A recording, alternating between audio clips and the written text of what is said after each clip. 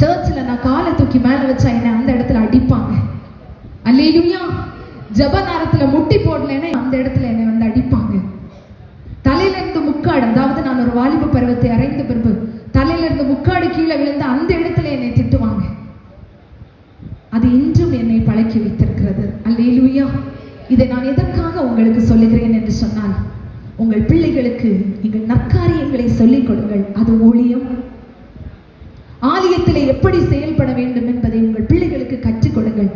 ஆண்களால் முடியாது, பெண்களால் முடியும். உங்களுடைய ஜபத்தால் முடியும். பிள்ளை கேட்கலையா? ஜெபிங்க. நிச்சயமாக ஆண்டவர் நிச்சயமாக ஒரு மாற்றத்தை கொண்டு வருவார். இதை கேட்கிறேன் அன்பு ஜனமே.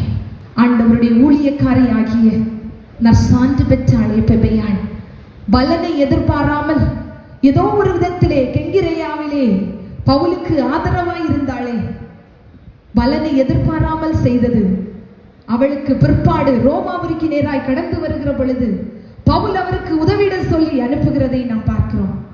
இன்று நாம் ஒருவேளை ஆண்டவருடைய சமூகத்திலே எந்த பலனையும் எதிர்பாராமல் நீங்கள் ஆண்டவருக்காக ஊழியம் செய்கிற பொழுது நிச்சயமாக இன்று இல்லை என்றாலும் பிற்பாடு உங்களுடைய குடும்பங்களிலே, உங்களுடைய பிள்ளைகளுடைய வாழ்க்கையிலே பெரிதான நன்மையை கொண்டு வரும். பெண்கள் ஐக்கிய சங்கத்தாரே, நீங்கள் அனைவரும் ஊழியக்காரிகள். நீங்கள் அனைவரும் ஊழியக்காரிகள். ஒருவர் பாரத்தை ஒருவர் சுமந்து பாருங்கள். நற்கிரியைகளை செய்து பாருங்கள். கர்த்தருடைய பாதத்திலே போராடி திருச்சபைக்காக, பிள்ளைகளுக்காக, தேசத்திற்காக ஜெபித்து பாருங்கள்.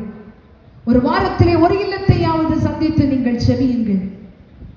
ஆண்டவர் நிச்சயமாக அருமையான இந்த திருச்சபையில் இருக்கிற ஒவ்வொரு பெண்கள் ஐக்கிய சங்கத்தாரையும், ஒவ்வொரு பெண்களையும் அவருடைய பார்வையிலே ஊழியக்காரிகளாய் மாற்றுவார்.